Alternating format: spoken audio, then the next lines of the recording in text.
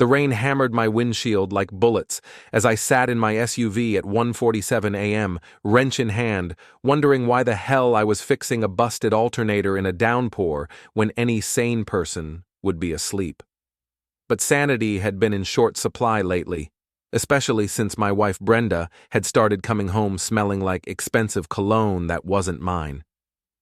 Before we dive deeper into this story, I have one small request.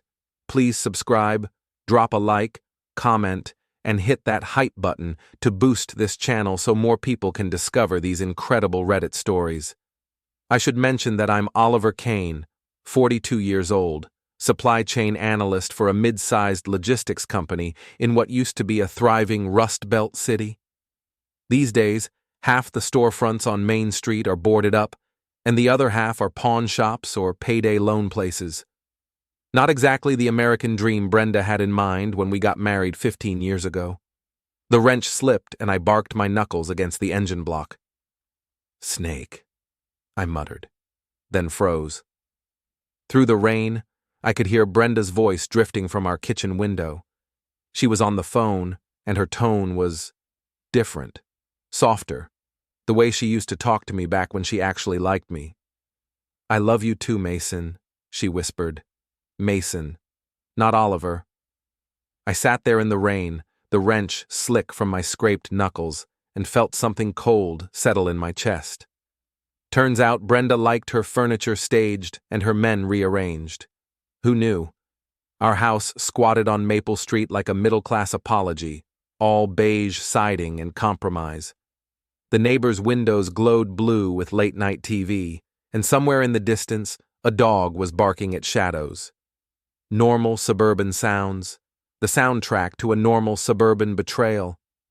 I'd been putting in 60-hour weeks at Morrison Logistics, managing supply chains for companies that were slowly bleeding jobs overseas. Meanwhile, Brenda had been climbing the ladder at Elegant Interiors, a high-end home decor showroom downtown. She'd started wearing designer clothes, staying late for inventory, and dropping names like Mason Ryland into conversations with increasing frequency. Mason Ryland, 29 years old, drives a leased BMW, and apparently has been test driving my wife. The rain kept falling as I finished the alternator repair, my mind spinning through the past 6 months, the mysterious phone calls, the new lingerie I'd never seen her wear, the way she'd started looking at our house like it was a prison sentence instead of a home. But here's the thing about being underestimated your whole life. You learn to pay attention, you notice things. And I'd noticed that our front door security camera had been malfunctioning for the past 3 weeks, right around the time Brenda started suggesting I take more business trips. What Brenda didn't know was that I'd installed a backup camera in our bedroom 2 years ago, after a string of break-ins in the neighborhood. Hidden behind a picture frame, motion-activated, automatically uploading to a cloud server. Call it paranoia or call it preparation. Either way, it was about to pay dividends. I packed up my tools and headed inside, water dripping from my jacket onto the hardwood floors Brenda had insisted we install last year. She was already in bed, pretending to sleep, but I could feel the tension radiating from her, like heat from a furnace.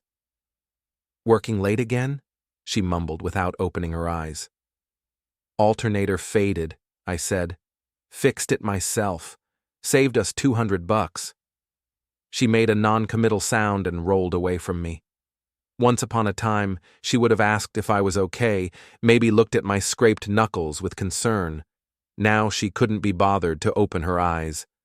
I lay there in the dark, listening to her breathe, planning my next move.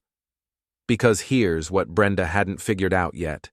I might be a blue-collar supply chain analyst from a fading Rust Belt city, but I was also a guy who'd learned to box at Coach Mahoney's gym 3 nights a week. And boxers know how to take a punch, study their opponent, and wait for the perfect moment to strike back. The perfect moment was coming soon. 3 days later, I was supposed to be in Pittsburgh, reviewing warehouse operations for a client.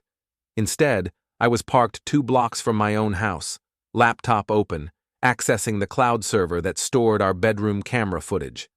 The Morrison Logistics job had its perks.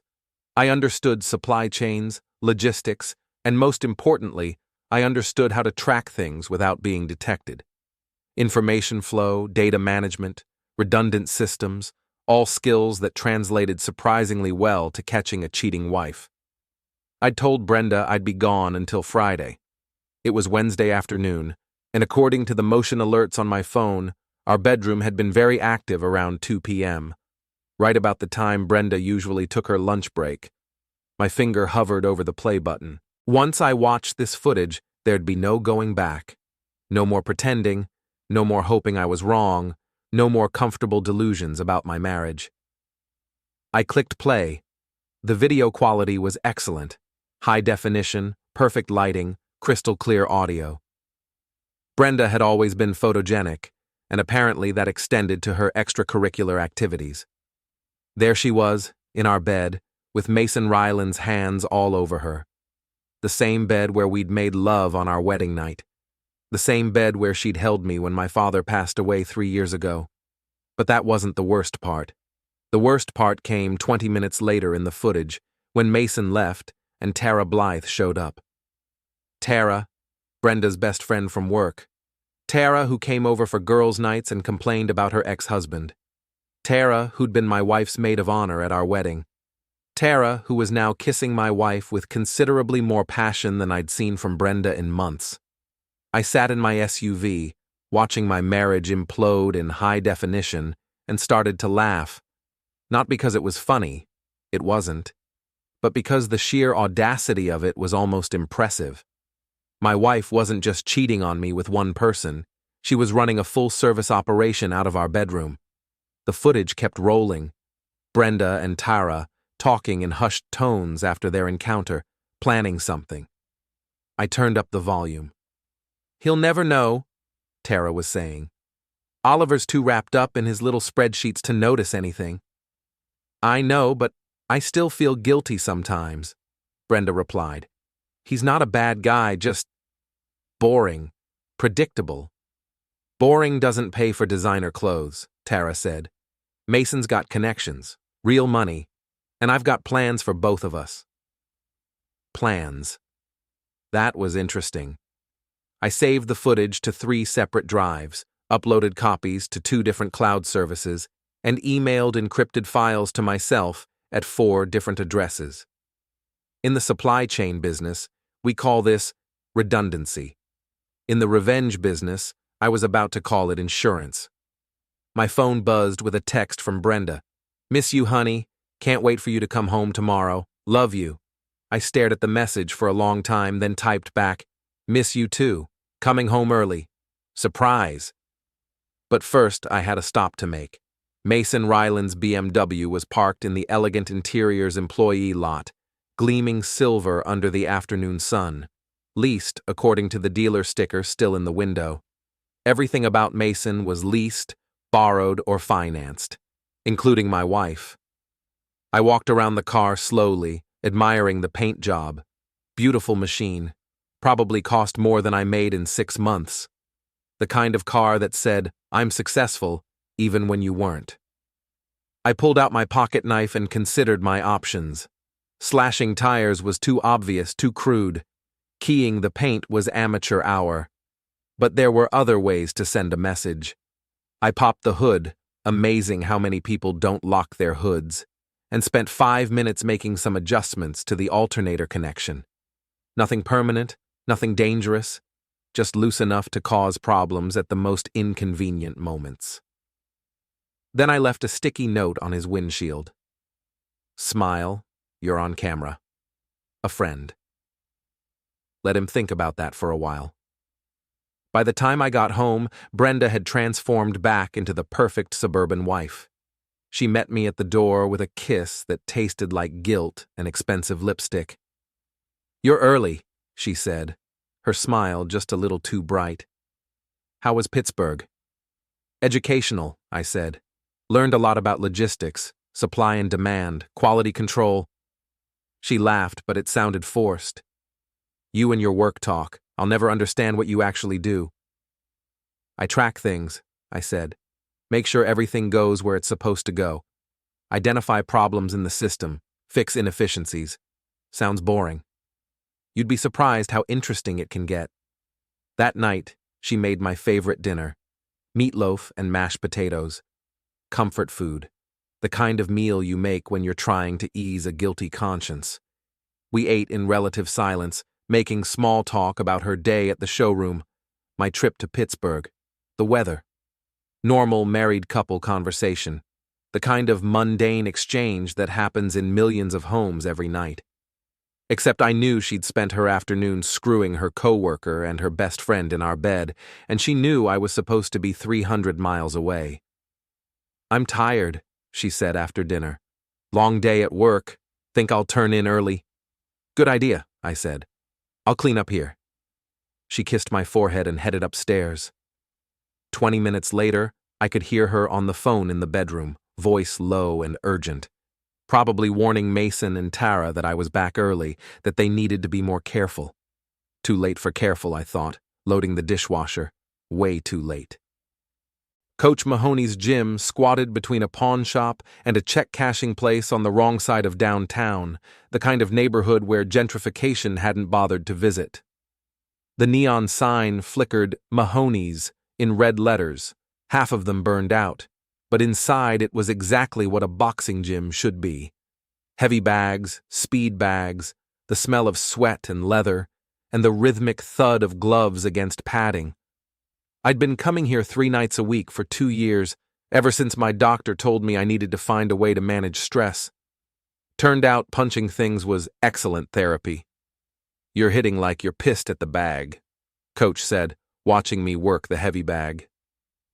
Lucas Mahoney was 55, built like a fire hydrant, with hands that looked like they'd been carved from granite.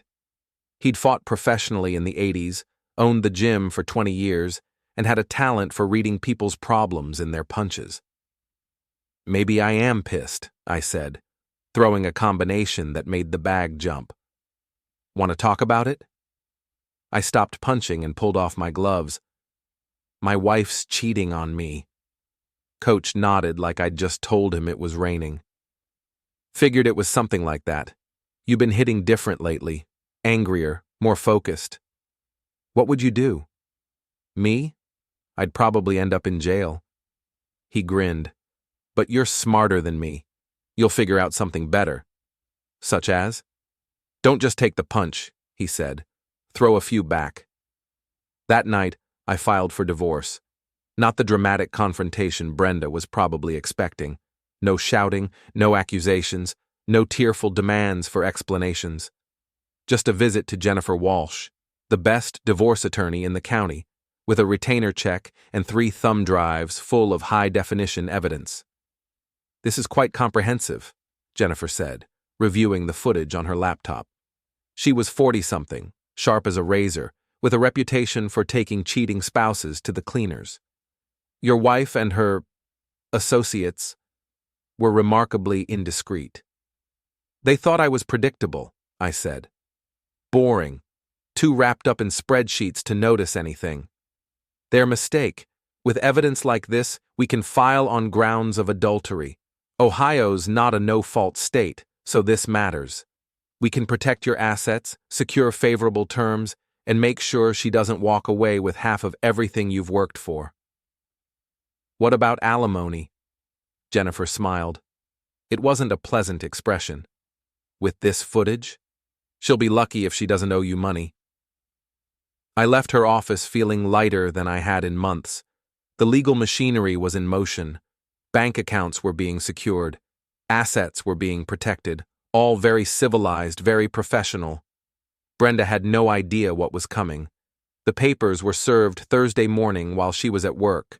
I know because Tara called me, practically screaming into the phone. "What the hell is wrong with you?" she demanded. "Brenda's crying her eyes out. She says you filed for divorce without even talking to her." "Seemed like the efficient approach," I said. "Cut out the middleman." "The middleman? Oliver, she's your wife." "Actually, according to the footage I have, she's Mason's wife on Tuesdays and Thursdays, and your wife on Mondays and Wednesdays. I'm just the guy who pays the mortgage." Silence on the other end of the line. "You don't know what you're talking about." Tara finally said, but her voice had lost its edge. High-definition video, Tara. Cloud storage. Multiple backup copies. Your little girl's nights are very well documented. The line went silent. An hour later, Brenda called. We need to talk, she said. Her voice was shaky, but there was steel underneath. Tonight, when you get home. Looking forward to it. I spent the rest of the day at work, managing supply chains and inventory reports, while my phone buzzed with increasingly frantic texts from my wife. Each message was a small masterpiece of manipulation, hurt, confusion, anger, and finally, desperation. How could you do this without talking to me first? I thought we were happy. This is so unfair. We can work this out. Please call me. Oliver, please. I ignored them all. Let her stew. Let her panic. Let her try to figure out how much I knew and how much trouble she was in. By the time I got home, she'd worked herself into a state. She met me at the door with red eyes and a face full of righteous indignation. How could you? She demanded. 15 years of marriage and you file for divorce without even giving me a chance to explain? Explain what exactly? I don't know what you think you know, but I know about Mason, I said quietly, and I know about Tara. The color drained from her face. I have video, Brenda. High definition, crystal clear, excellent audio quality. Hours of it. Your performance was very energetic. She sat down heavily on the couch, the fight going out of her like air from a punctured tire. It's not what you think, she said weakly. Really? Because what I think is that you've been running a brothel out of our bedroom while I was at work. What am I missing? It just happened. I didn't plan it. Mason and we just connected, and then Tara was going through her divorce, and she was lonely, and… Stop. I held up a hand. Just stop. I don't want to hear the story. I don't want explanations or excuses or apologies. I want you to understand that this marriage is over, and the only question now is how ugly the divorce gets. You can't just throw away 15 years. I'm not throwing away anything. You already did that. She started crying then, real tears, not the manipulative kind. For a moment, I almost felt sorry for her. Almost. What do you want? She asked. The house? Money? I'll give you whatever you want if you just delete those videos. The videos stay. Insurance policy. Oliver, please. If those get out, my career is ruined. Mason's career is ruined. Tara should have thought of that before you decided to turn our bedroom into a swingers club. She looked at me like she was seeing me for the first time. You're different. You're not you. No, I said. I'm exactly me. You just never bothered to pay attention. The Riverside Elementary School PTA meeting was held in the cafeteria. Fluorescent lights buzzing overhead, the smell of industrial disinfectant and yesterday's fish sticks hanging in the air.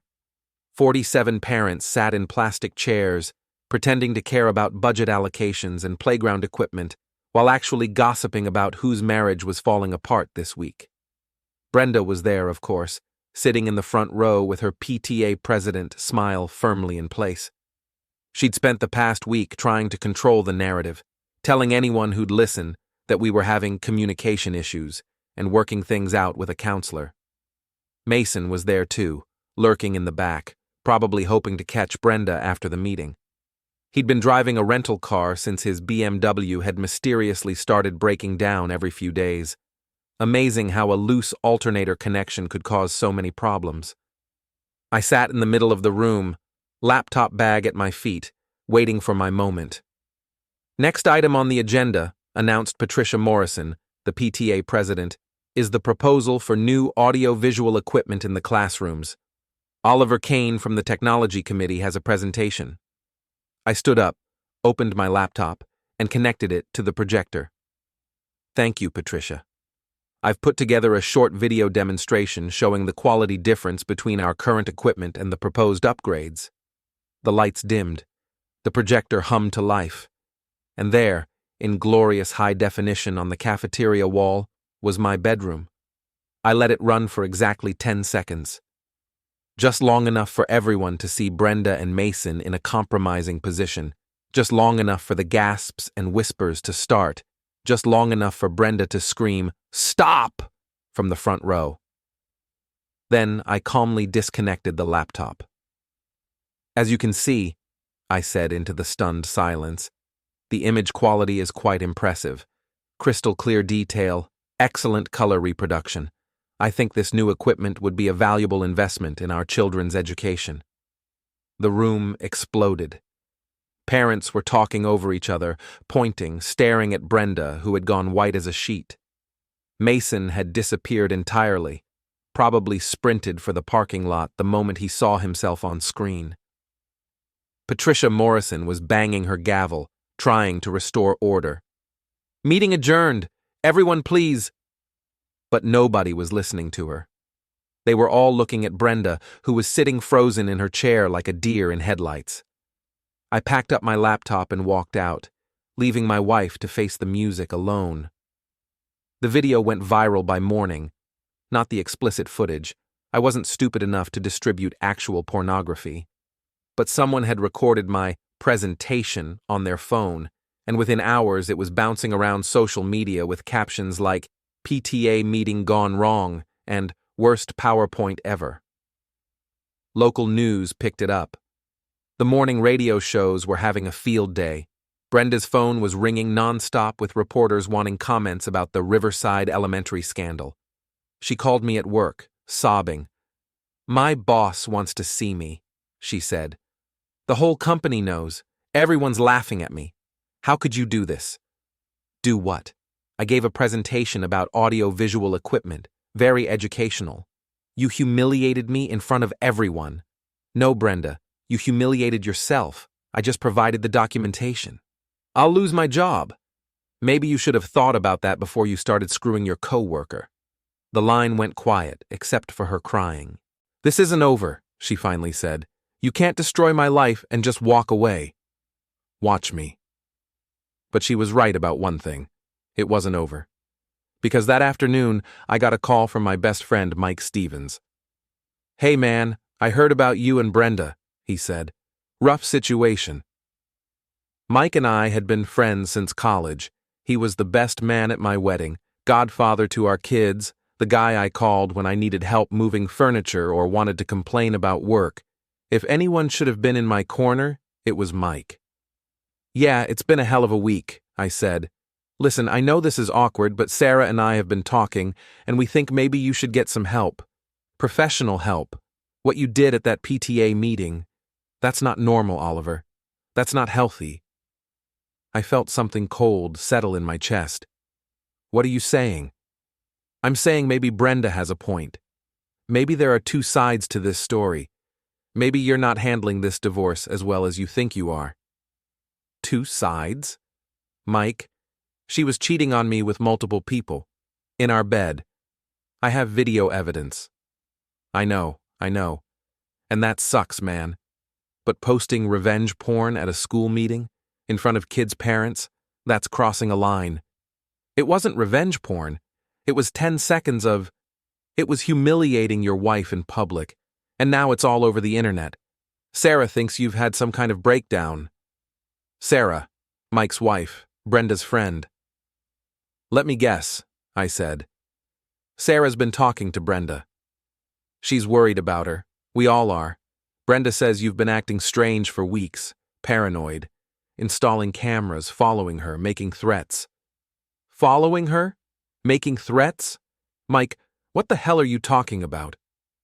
"Look, I'm not taking sides here. I'm just saying maybe you should talk to someone, a therapist or something. Work through your anger before you do something you'll really regret." I hung up on him.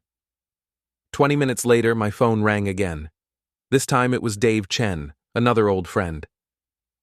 "Oliver, buddy, I just wanted to check on you. Mike told me what happened." "Let me guess. You think I need professional help too?" "I think you need friends right now. Real friends. People who care about you enough to tell you the truth." "Which is?" "You're scaring people, man. What you did at that school meeting, that's not you. That's not the Oliver I know. Brenda may have cheated, but that doesn't give you the right to destroy her life. I was starting to see the pattern. Brenda wasn't just sitting around feeling sorry for herself. She was working the phones, calling our mutual friends, spinning the story, painting herself as the victim of an unhinged husband who'd snapped and gone full stalker. Dave, she was sleeping with her coworker and her best friend, simultaneously, for months, in our house. I know it hurts, but nothing.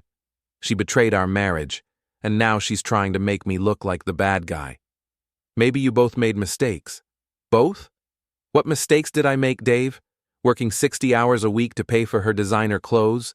Being too boring and predictable? Not paying enough attention to her needs? I don't know, man. I wasn't there. All I know is what I'm hearing from people, and what I'm hearing is that you've gone off the deep end. What people? Sarah talked to Jennifer Morrison. Jennifer talked to her husband Tom. Tom mentioned it to guys at work. Word gets around, you know? And the consensus is that you're not handling this well. The consensus. A week ago, these people were my friends. Now they were holding consensus meetings about my mental health. Let me ask you something, Dave. If Sarah was cheating on you, what would you do? I'd be hurt. I'd be angry. But I wouldn't try to destroy her life. Even if she was making you look like a fool? Even if she was laughing about how stupid and oblivious you were? Even then, I hung up on him too. By the end of the week, the pattern was clear. Our entire social circle had chosen sides, and they hadn't chosen mine. Brenda had successfully repositioned herself as the wronged wife of an unstable husband. The cheating was regrettable, but understandable. I was obviously difficult to live with. The revenge porn incident was unforgivable. I was clearly dangerous. Mike and Sarah Stevens, Team Brenda. Dave and Jennifer Chen, Team Brenda. Tom and Patricia Morrison, Team Brenda. Even Coach Mahoney seemed concerned when I showed up at the gym Friday night. "Heard you've been having a rough week," he said. "You could say that. Want to talk about it?" "What's the point? Everyone's already made up their minds." "Not everyone." I looked at him. "You think I'm losing it too?" "I think you're angry. I think you got betrayed by someone you trusted, and now you're finding out that other people you trusted are taking her side. That's gotta hurt." "It does. But here's the thing about boxing. You can't win a fight by just throwing wild punches. You got to be smart. You got to pick your shots. You got to make them count." "What are you saying?" "I'm saying maybe it's time to stop reacting and start planning." That night, I sat in my empty house. Brenda had moved in with Tara temporarily and made a list of everyone who'd turned their back on me. Everyone who'd bought into Brenda's victim narrative. Everyone who thought I was the problem. It was a long list. But Coach was right. No more wild punches, no more reactive moves. Time to start planning. Time to make them all understand exactly who they were dealing with. The abandoned warehouse on Industrial Boulevard had been empty for 3 years, ever since Consolidated Manufacturing moved their operations to Mexico. It was the perfect place for a private conversation, isolated, spacious, and equipped with excellent acoustics for recording purposes. I'd spent the weekend setting up cameras in 3 corners, hidden behind support beams and old equipment. Not for blackmail this time, but for documentation. What was about to happen needed to be preserved for posterity. The text messages I'd sent were simple and direct. To Brenda, "We need to talk, all of us. Tonight at 8 p.m., Industrial Boulevard Warehouse. Come alone." To Mason, "Your girlfriend wants to meet. Bring your checkbook." To Tara, "Time to discuss your future plans. Don't disappoint me." They all showed up, which surprised me. I'd expected at least one of them to chicken out. But there they were at 8 p.m. sharp, standing in the middle of the empty warehouse floor like actors waiting for their cues. Brenda looked terrible. 2 weeks of public humiliation had taken their toll. Her hair was unwashed, her makeup smeared, and she was wearing sweatpants, something the old Brenda would have considered a mortal sin. Mason looked scared. His rental car was parked outside, and I could see him glancing toward the exit every few seconds, calculating distances, planning escape routes. Tara looked angry. She'd always been the toughest of the three, the one with the sharp tongue and the mean streak. She was the only one who met my eyes when I walked in. "Well, well," I said, my voice echoing in the empty space. "The gang's all here." "What do you want, Oliver?" Brenda asked. "Haven't you done enough?" "Done enough? Honey, I'm just getting started." "Look, man," Mason said, his voice cracking slightly. "I know you're pissed, but this has gone far enough. Brenda lost her job. I'm probably going to lose mine. We get it. You won." "Won? You think this is about winning?" "Isn't it?" Tara stepped forward, chin raised defiantly. "Isn't this whole thing just your pathetic attempt to feel like a man again?" Poor little Oliver. Couldn't keep his wife satisfied, so now he's throwing a tantrum. I smiled. "You know what, Tara? You're absolutely right. This is about feeling like a man again, but not in the way you think." I pulled out my phone and opened the recording app. "Let's start with some truth-telling, shall we? Tara, why don't you explain to everyone how this whole thing really started?" "What are you talking about?" "Come on. Don't be modest. Tell them about your plan. Tell them how you orchestrated this entire situation." The color drained from her face. "That's right," I continued. "You see, I've been doing some research over the past week. Amazing what you can find when you really start digging. Employment records, for instance. Did you know that 3 years ago, Tara here was passed over for a promotion at Elegant Interiors? A promotion that went to my wife instead." Brenda was staring at Tara now, confusion written across her face. "And did you know that Tara has been systematically undermining Brenda's relationships ever since? Little comments to co-workers, subtle sabotage, planting seeds of doubt about Brenda's competence and professionalism." "That's not true," Tara said, but her voice lacked conviction. "Oh, but it is. I have emails, Tara, screenshots of text messages, recordings of phone calls. You've been playing a very long game, haven't you?" I turned to Mason. "And you, Romeo, did you really think you were irresistible? Did you really believe that my wife just couldn't help herself around your devastating charm?" Mason looked confused. "What are you saying?" "I'm saying you were played. Both of you. Tara set this whole thing up. She introduced you to Brenda at that company party 6 months ago. She suggested you might have things in common. She encouraged Brenda to stay late and work on projects with you. She even suggested the lunch meetings." Brenda was backing away from Tara now, realization dawning on her face. "And then," I continued, "when you and Brenda started getting close, Tara inserted herself into the situation. Poor lonely Tara, going through a difficult divorce, needing comfort and support. What a coincidence that she showed up at our house right after Mason left that day."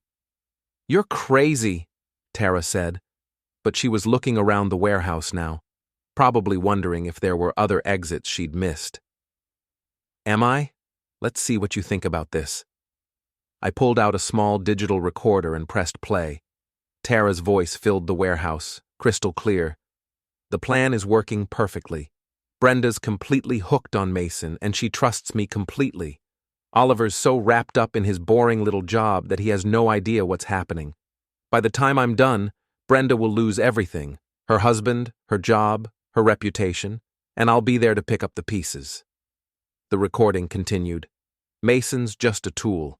He thinks he's some kind of player, but he's just as stupid as the rest of them. When this all falls apart, he'll take the blame, Brenda will be destroyed, and I'll slide right into her position at the company." Silence in the warehouse. "Where did you get that?" Tara whispered. "Your ex-husband, Rick, was very cooperative. Turns out he's been recording your phone calls for months, trying to build a case for custody of your kids. He was happy to share when I explained the situation." Brenda was staring at Tara with a mixture of horror and rage. "You did this to me? You destroyed my marriage, my career, my life, just to get back at me for a promotion?" "Brenda, I can explain." "Explain what? That you've been planning to ruin me for 3 years? That you used Mason to break up my marriage? That you seduced me just to humiliate me? Mason was looking back and forth between them like a spectator at a tennis match. Wait, you seduced her? I thought you were just friends who— Shut up, Mason, Tara snapped. You don't understand anything. I understand that I've been played, he said. I understand that you used me to wreck someone's marriage for your own sick revenge. And I understand, I said, that all 3 of you are about to face some very serious consequences. I pulled out my laptop and opened the live streaming application. Say hello to everyone, folks. We're broadcasting live to Facebook, YouTube, and Instagram. Current viewer count is, 437 people and climbing. They all turned to stare at the hidden cameras, which were now very obviously visible, red recording lights blinking. You're insane, Tara said. This is kidnapping. False imprisonment. I'm calling the police. Go ahead. I'm sure they'll be very interested in hearing about your conspiracy to destroy my marriage. And Mason, I'm sure your employer will be fascinated to learn how you've been using company time and resources to conduct your affairs. Mason pulled out his phone, but his hands were shaking so badly he couldn't dial. And Brenda, I said, turning to my wife, I'm sure our divorce attorney will find this conversation very enlightening, especially the part where your best friend admits to orchestrating the whole thing. Oliver, please, Brenda said. Turn off the cameras. We can work this out privately. Privately? Like you worked out your affairs privately? In our bedroom? In our bed? The viewer count was climbing. 500, 600, 700 people watching the most dysfunctional reality show ever broadcast. Here's what's going to happen, I said. Tara, you're going to confess everything to Brenda's former employer. You're going to explain how you manipulated the situation, how you sabotaged Brenda's career, how you used Mason as a weapon against my marriage. And then you're going to resign. I won't do it. Yes, you will, because if you don't, I'll release every recording I have of your conversations with Rick. Every email you sent, every text message. Your kids will find out exactly what kind of person their mother really is. Tara's face went white. Mason, you're going to write a check for $50,000, compensation for the damage you've done to my marriage and my property. I don't have $50,000. Then you'll figure out how to get it. Sell your car, take out a loan, ask your parents. I don't care how you do it, but you'll do it. And what about me? Brenda asked quietly. I looked at her for a long moment. 15 years of marriage, 15 years of thinking I knew who she was, thinking we were building something together, thinking we were on the same team. You, I said, are going to sign the divorce papers without contest. You're going to accept the settlement my attorney proposed, and you're going to disappear from my life forever. Oliver, no. No more explanations. No more excuses. No more manipulation. You made your choice. Now live with it. The viewer count had reached over 1,000. Comments were pouring in. People were sharing the stream, tagging their friends, turning our private catastrophe into public entertainment. Perfect. I want all of you to remember this moment, I said, looking directly into the nearest camera. Remember what happens when you underestimate someone. Remember what happens when you think you're smarter than everyone else. Remember what happens when you forget that even the most boring, predictable person can surprise you. I closed the laptop and packed up my equipment. You can all leave now. But remember, I have copies of everything. Every recording, every video, every piece of evidence. If any of you try to retaliate, if any of you try to cause me problems, if any of you so much as mention my name in public, I'll release everything. And next time, it won't just be a live stream, it'll be a documentary. I walked toward the exit, then turned back. Oh, and Tara, your ex-husband Rick wants to thank you. Apparently, this footage is going to help him win full custody of your kids. Amazing how these things work out. I left them standing in the empty warehouse, 3 conspirators who'd finally been exposed, 3 people who'd learned the hard way that even the most careful plans can backfire spectacularly. The night air was cool and clean as I walked to my SUV. My phone was buzzing with notifications, friend requests, messages, comments from people who'd watched the live stream, some supportive, some critical, all fascinated by the drama they'd just witnessed. I ignored them all. This wasn't about public approval or social media fame. This was about justice. This was about consequences. This was about making sure that 3 people who'd thought they were untouchable learned exactly how wrong they were. The Elegant Interiors annual gala was held at the Grand Ballroom of the Riverside Marriott, 200 people in evening wear pretending to care about home decor, while actually networking and gossiping about whose marriage was falling apart this week. I hadn't been invited, of course, but I'd bought a ticket anyway, using a fake name and a prepaid credit card. Amazing how easy it is to crash a party when you understand logistics and planning. Brenda was there, naturally. She'd managed to get herself reinstated at the company after Tara's confession and resignation, though her position was tenuous at best. She was wearing a black cocktail dress that probably cost more than most people's car payments, trying to rebuild her professional reputation one conversation at a time. Mason was there too, lurking by the bar, probably hoping to avoid the inevitable awkward encounter with his former lover. He'd managed to keep his job, barely, after writing that $50,000 check and agreeing to attend mandatory counseling sessions. Tara was notably absent. Last I'd heard, she was working at a furniture outlet in the suburbs, trying to rebuild her life while fighting a custody battle she was almost certainly going to lose. I waited until the evening's program began, until the lights dimmed and the company president took the stage to deliver his annual State of the Business address. Then I made my move. The hotel's audiovisual system was surprisingly easy to hack. A few minutes with my laptop in the tech booth, and I had complete control over the projectors, microphones, and sound system. "Ladies and gentlemen," I said, my voice booming through the ballroom speakers, "I'd like to thank you all for coming tonight. Before we continue with the scheduled program, I have a special presentation I'd like to share."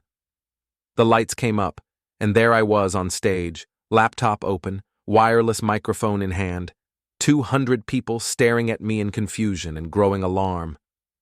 "Some of you may recognize me," I continued. "I'm Oliver Kane. My wife Brenda works here, or worked here. It's been a confusing few weeks." Security guards were moving toward the stage, but I'd locked the doors remotely. They weren't getting up here anytime soon. "I want to tell you all a story," I said. "A story about marriage, betrayal, and the importance of reading the fine print in your employment contracts."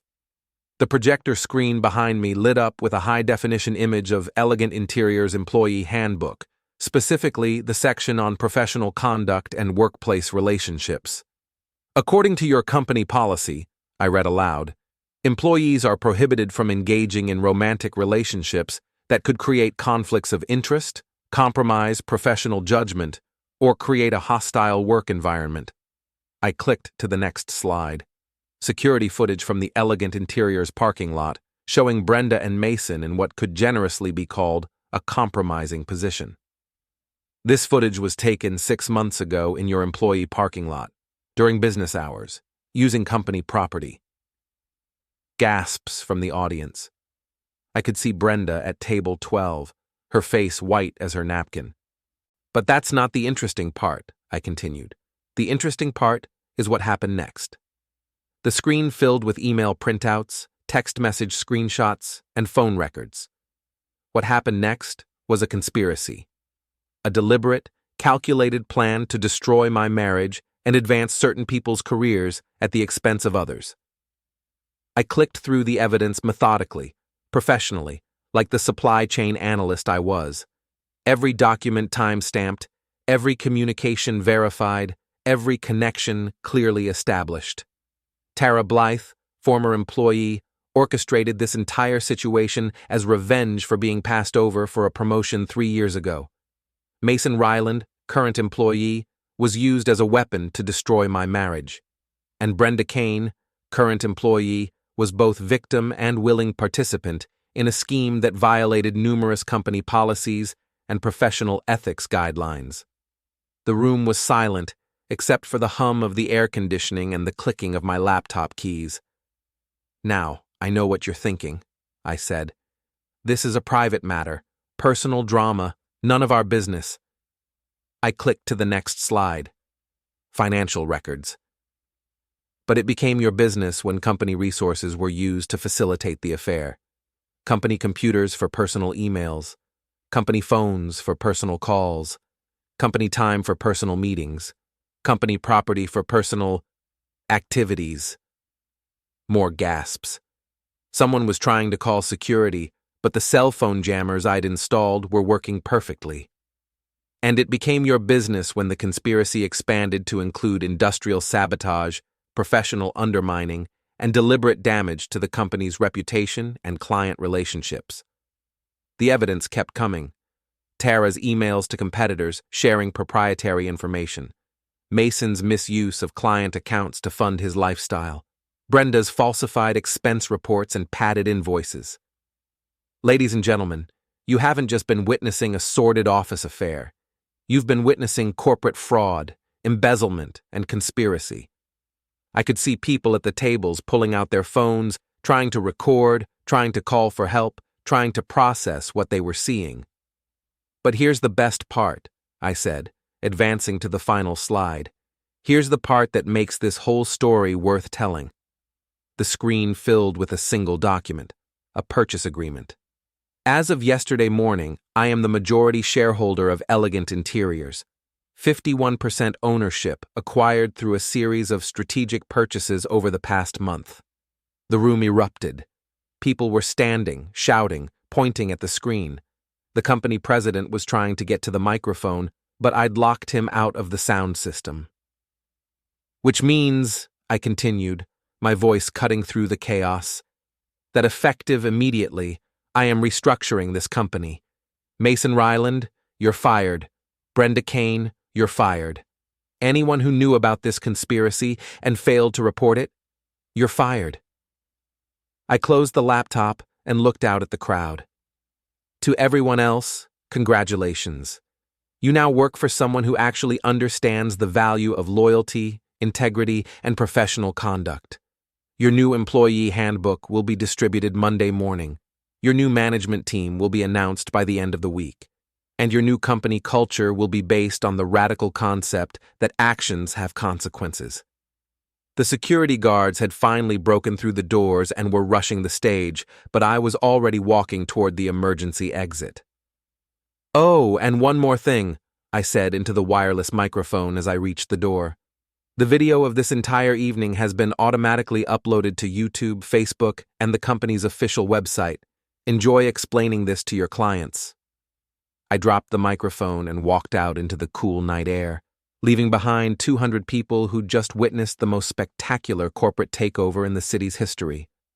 My phone was already buzzing with calls from reporters, lawyers, and business analysts who'd been monitoring the live stream. The story would be front-page news by morning. The video would go viral by midnight. The fallout would last for months. But I wouldn't be around to see it. I'd already accepted a job offer from a logistics company in Denver, a fresh start in a city where nobody knew my name or my story. The house was sold, the divorce was finalized, and my new life was waiting. As I drove away from the hotel, I could see the chaos in my rearview mirror. Police cars, news vans, crowds of people spilling out into the parking lot. The biggest story this city had seen in years, and I was the author, director, and star. Turns out, revenge isn't just a dish best served cold.